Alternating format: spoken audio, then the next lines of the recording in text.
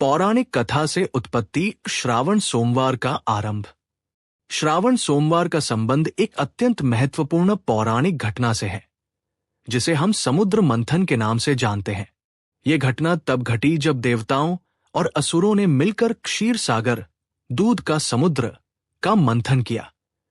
इस मंथन से अमृत प्राप्त करने की कामना की गई थी, लेकिन उसके साथ साथ कई अलौकिक वस्तुएं और रत्न भी निकले, जैसे लक्ष्मी, ऐरावत हाथी, कामधेनु, कल्पवृक्ष और अंततः निकला एक अत्यंत भयानक पदार्थ, हलाहल विष।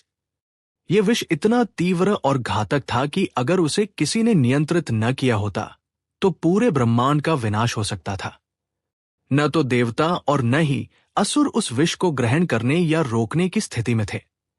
तब सभी ने भगवान शिव से प्रार्थना की। अपनी दयालुता, करुणा और त्याग का परिचय देते हुए भगवान शिव ने वह सारा विष स्वयं पी लिया, लेकिन उसे गले में ही रोक लिया।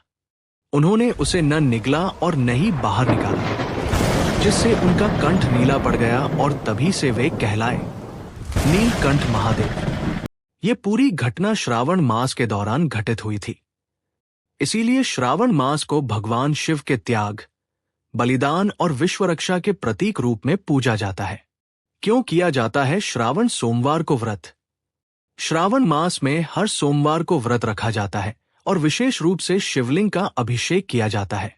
गंगाजल, दूध, दही, घी, शहद, बेलपत्र, धतूरा और भस्म से। ऐसा माना जाता है कि इस समय की गई पूजा और उपवास का 1000 गुना फल प्राप्त होता है। श्रद्धालु इस दिन शिव जी को याद कर उनके त्याग और सहनशीलता को नमन करते हैं। वे इस दिन नमः शिवाय मंत्र का जाप करते हैं और व्रत रखकर अपनी मनोकामनाओं की पूर्ति की प्रार्थना करते हैं। इस कथा का आध्यात्मिक संदेश। ये कथा केवल एक पौराणिक घटना नहीं है।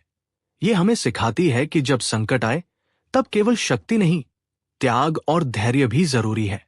भगवान शिव ने विष को पीकर हमें यह संदेश दिया कि संसार को बचाने के लिए अपने सुख को त्यागना पड़े तो करो।